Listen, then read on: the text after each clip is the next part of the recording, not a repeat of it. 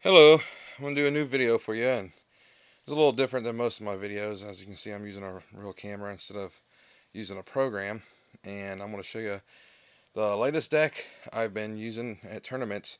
It hasn't been doing terribly bad. It hasn't come in first place in any of the tournaments I've been in, but it's doing pretty well. It's doing pretty good. Um, the real problem with this deck is that consistently loses against Revelark, but luckily for me, the last two tournaments I've been to, I haven't seen a single Revelar deck. So I want to go ahead and I'm going to apologize too because I was originally going to, use my game playing table to do this, and it's cluttered right now, and I didn't have enough room on it, so I kind of threw everything on my bed. And unfortunately, right where my bed is underneath my light, so you're going to get a bad glare on some of these cards. And I also I'm sitting in a chair that has a really bad squeak in it, so I have to apologize if you hear any kind of annoying sounds in the background. So this is, like I said, this is a deck I've been using. What's different about this from the most another thing that's different about this than most of the decks I showed you on so far here on YouTube is that this is actually of my own design. Everything else I've shown on YouTube so far has been um, decks I've gotten offline from other users, and they showed me how they've done it, and I'm just basically putting it together for you and showing it to you on YouTube so you can see it visually. But this is actually my own design here, and it's worked pretty good so far. Over here we have, it's mono white, and on this half from here on over is removal and control. What we have is 4 Oblivion Rings, 4 Temporal Isolations, and I do apologize for the blurriness, but I'm doing the best I can with this camera I got. These are going to cycle out soon, and I suggest if you're going to build a similar deck like this that once these cycle out, you replace them with Pacifism. I got 4 Sunlance, and they're going to cycle out as well, and when they do, you can replace it with Condemned. 4 Unmake, which is probably the best common they've made in a long time. I can't believe that card's common. And I'm running 3 Wrath of Gods. Now, if I find out I need, you know, more removal, I do run the 4th one in my sideboard, and I can swap something out for another Wrath of God if I feel like I'm running into a whole lot of, somebody's creating a lot of tokens. They got Blitter Blossom or something in play. And, of course, if they do have Blitter Blossom in play, I sideboard Disenchant, which is really good for this deck. And O-Ring can remove it if you need to remove it that way.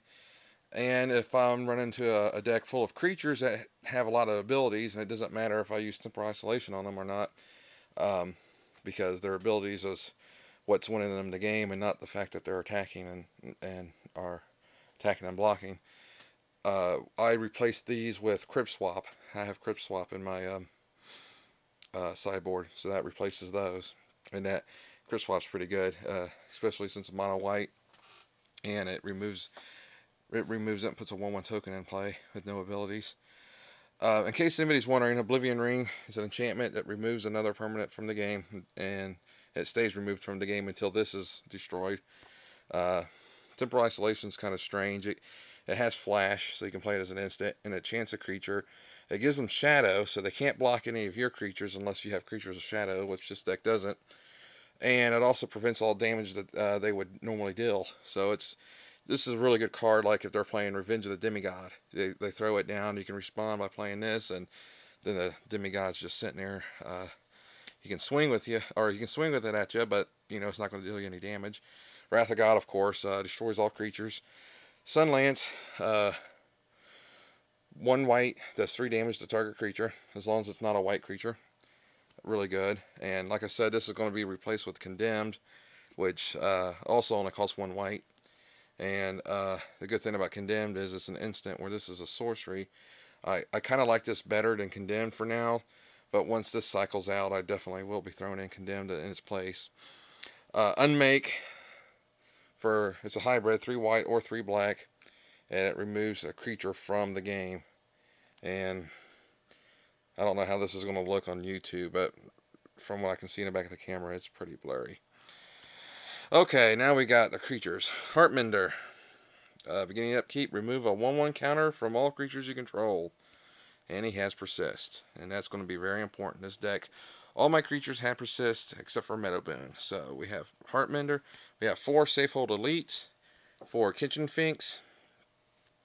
I don't know if I got that in the camera, the shot there. Safehold Elite, Kitchen Finks. 3 Restless Apparitions, which is a really good card. I wish I could have 4 in a deck, but, you know, it's, some people disagree with me on this, but others probably will agree that when you're building a deck, it's best to go for 60 cards exactly. You don't want to go for 61 cards or 62 cards. See a lot of people doing that. They'll send me an email saying, hey, what do you think of this deck? And I'll count, and there'll be 62 or 63 cards.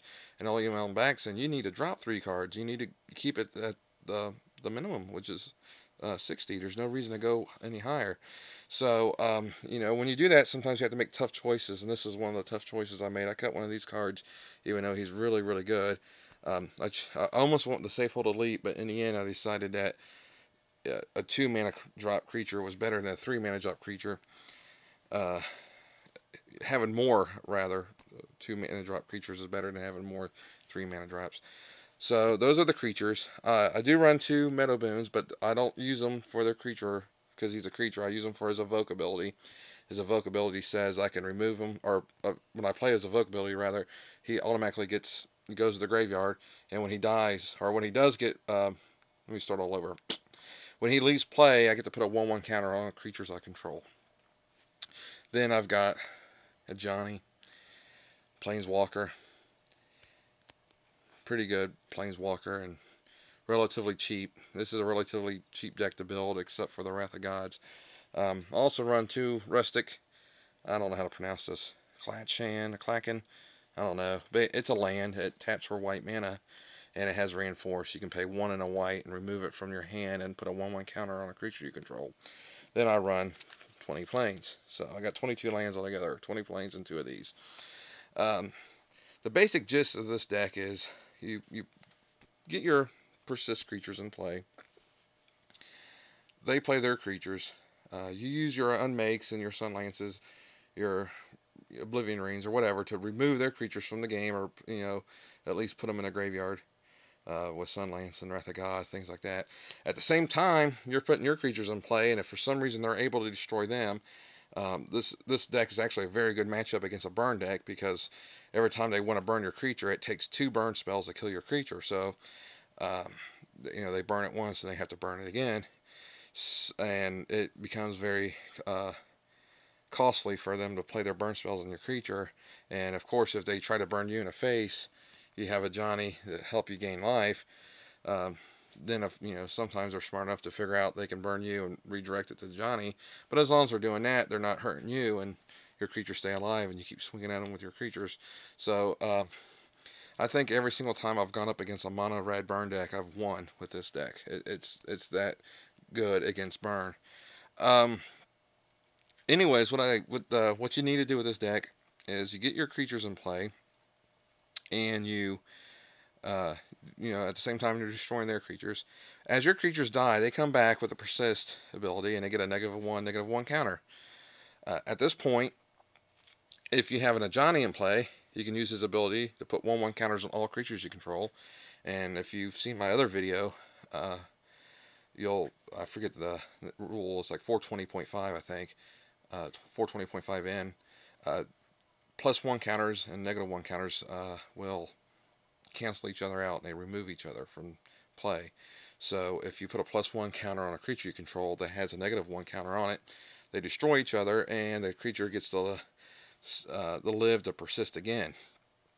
Having Heartmender in play is really good, because at the beginning of your upkeep you get to remove the counters from all the creatures you control. Having a Meadowboon is nice because you can evoke it, put 1/1 counters on all your creatures. So you can do something like Wrath of God one turn, destroy all their creatures, destroy all your creatures, and all your creatures go in the graveyard. And then the very next turn, you invoke the Meadowboon, put a +1 counter on all your creatures, and they're back to life, or they're already alive again, but they're back to normal creatures with no 1/1 counters on it. I'm going to stop the video now and continue this in a minute.